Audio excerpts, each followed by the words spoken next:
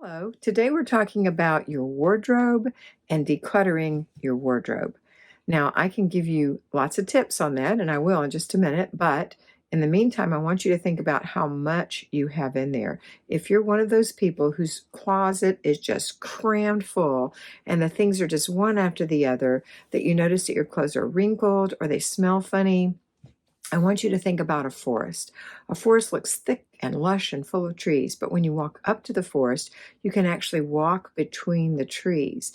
And your clothes should hang with a little space in between so that they can air out, so that they can prevent wrinkles, so that you can see what you have. So today I want you to think about that. And the other thing is, if you can wear one thing with 3 articles, that's great. And if you love it, it fits good, and you wear it often, that's great. If you don't, think about getting rid of it. Make it a great day.